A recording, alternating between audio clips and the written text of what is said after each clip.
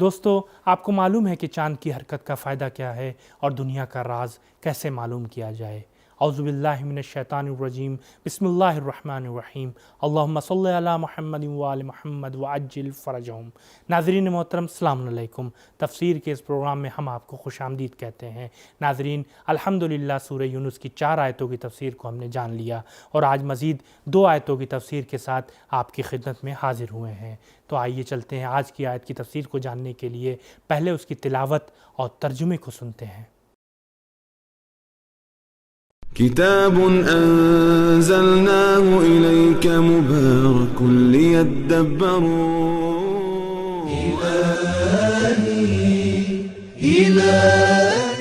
بسم الله الرحمن الرحيم هو الذي جعل الشمس ضياء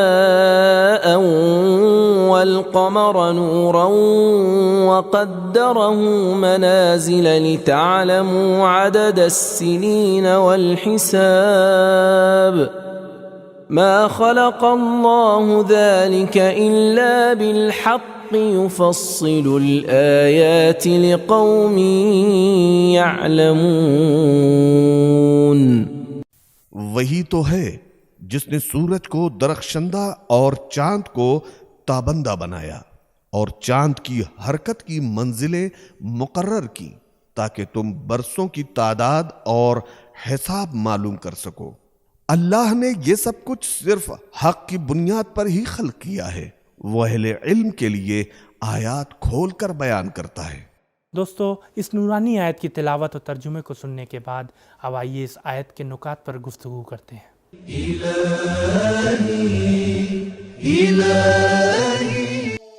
قرآن کریم میں سورج کو سراج اور ضیاء کے ناموں سے یاد کیا گیا ہے، جس کا معنی تیز اور قوی نور کا ہے۔ چاند کے لیے نور اور منیر کے الفاظ استعمال کیے گئے ہیں۔ یہ الفاظ کمزور روشنی کے لیے بھی استعمال کیے جاتے ہیں۔ اگر ہم لفظ ضیاء کو ذو کی جمع قرار دیں تو یہ لفظ اس امر کی طرف اشارہ کرے گا کہ سورج سے کئی رنگوں کا نور برآمد ہوتا ہے۔ تفسیر رہنما، تفصیل آیات کا ایک ممکنہ مفہوم خلقت میں توسیع ہو سکتا ہے، یعنی خدا کا ہاتھ کائنات کی تخلیق کے لیے کھلا ہے اور خلقت کی توسیع اہل فہم کے لیے بالکل واضح ہے۔ تفسیر المیزان، سال اور اوقات کو معلوم کرنے کے لیے خدا نے آسمان میں نشانیاں مقرر کی ہیں۔ اسی طرح سے زمین پر انسانوں کی ہدایت کے لیے انبیاء اور رسول کو مبعوث کیا، کیونکہ انسانوں کی ہدایت ماہ و سال کے حساب سے زیادہ اہم ہے۔ تفسیر روح المعانی۔ دوستو، اس آیت کے نکات کو جاننے کے بعد اب آئیے دیکھتے ہیں کہ اس آیت سے ہمیں کیا پیغام ملتا ہے۔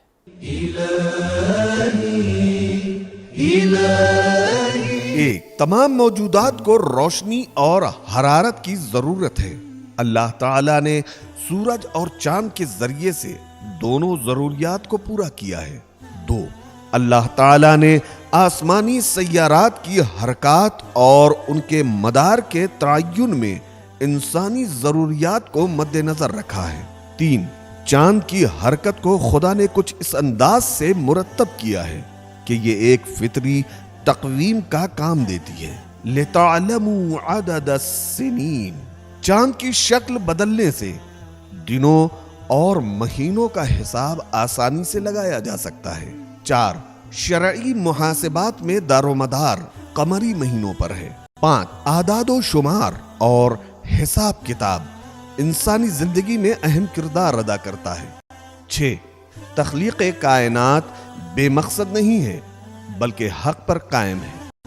7، تعلیم و تربیت کے طریقے سے مطالب کو واضح اور روشن کیا جاتا ہے، نہ کہ کلیات بیان کی جاتی ہیں۔ 8، کائنات کے رازوں سے پردہ اٹھانے کے لیے تعلیم و فکر کی ضرورت ہوتی ہے۔ دوستو یہ تھی سورہ یونس کی 5ویں آیت کی تفسیر۔ آخری آیت کی تفسیر کو جاننے کے لیے آئیے چلتے ہیں پہلے اس کی تلاوت اور ترجمے کو سنتے ہیں۔ ان فی اختلاف اللیل والنہار وما خلق اللہ فی السماوات والارض لآیات لقوم یتقون۔ بے شک رات اور دن کی آمد و رفت میں اور جو کچھ اللہ نے آسمانوں اور زمین میں پیدا کیا ہے اس میں پرہیزگار لوگوں کے لیے بڑی نشانیاں ہیں۔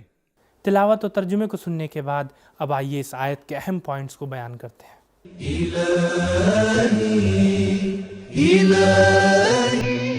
سابقہ آیت میں شمس و قمر کے ضیاء اور نور ہونے کا تذکرہ کیا گیا اور یہ بتایا گیا کہ چاند کی منازل، ماہ و سال اور حساب معلوم کرنے کا فطری ذریعہ ہے، اور اللہ صاحبان علم کے لیے نشانیاں کھول کر بیان کرتا ہے۔ چنانچہ سابقہ آیت میں لقوم یعلمون کے الفاظ استعمال ہوئے، اور اس آیت میں شب و روز کے اختلاف کو اہل تقوی کے لیے نشانی قرار دیا گیا ہے۔ لقوم یتقون، دونوں آیت پر غور کرنے سے یہ نتیجہ برآمد ہوتا ہے کہ مکمل طور پر کامیاب افراد وہ ہیں جن کے پاس علم بھی ہو اور تقوی کی دولت بھی ہو۔ جن اہل علم کے پاس تقوی نہ ہو تو وہ آیات الہی سے زیادہ فائدہ حاصل نہیں کر سکتے۔ اختلاف آمد و رفت کے معنی میں بھی استعمال ہوتا ہے اور مخالفت کے معنی میں بھی استعمال ہوتا ہے۔ شب و روز میں کئی جہات سے اختلاف پایا جاتا ہے۔ الف، یہ دونوں ایک دوسرے کے قائم مقام بنتے ہیں۔ دن آتا ہے تو رات چلی جاتی ہے، اور رات آتی ہے تو دن چھپ جاتا ہے۔ فَمَحَوْنَا آیَةَ اللَّيْلِ وَجَعَلْنَا آیَةَ النَّهَارِ، سورہ بنی اسرائیل آیت نمبر 12۔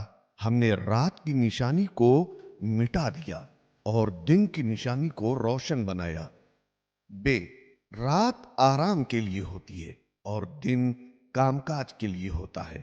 وَجَعَلْنَا اللَّيْلَ لِبَاسًا وَجَعَلْنَا النَّهَارَ مَعَاشًا، سورہ نبا آیات نمبر 10-11۔ اور ہم نے رات کو لباس بنایا اور دن کو کسب و کار کا ذریعہ بنایا۔ جیم، مختلف موسموں میں دن رات چھوٹے بڑے ہوتے ہیں، چنانچہ جس موسم میں رات لمبی ہوگی تو دن چھوٹا ہوگا، اور جس موسم میں دن لمبا ہوگا تو رات چھوٹی ہوگی۔ دال، دنیا کے مختلف ممالک میں ان کی ساعات میں اختلاف پایا جاتا ہے۔ یہاں یہ سوال ذہن میں آتا ہے، دانش مند افراد کا ایک گروہ خدا کا منکر کیوں ہے؟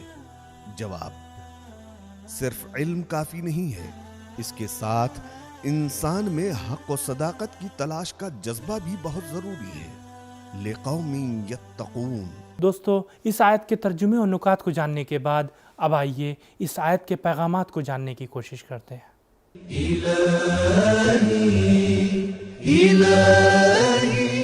ایک، نظام ہستی میں ہر وقت تغیر و تبدل ہوتا رہتا ہے۔ دو، مظاہر قدرت پر غور و فکر کرنا ضروری ہے۔ تین، گناہ اور فسق و فجور سے انسان کی معرفت و شناخت پر مضر اثرات مرتب ہوتے ہیں۔ لآیات لقوم یتقون، تقوی اشیاء کی صحیح شناخت میں مدد دیتا ہے۔ دوستو، یہ تھا ہمارا آج کا ایپیسوڈ۔ انشاءاللہ کل پھر ملاقات ہوگی کچھ نئی آیتوں کی تفسیر کے ساتھ۔ تب تک کے لیے خدا حافظ، فی امان اللہ۔ سبیل قرآن، قرآنی سماج کی پہچان۔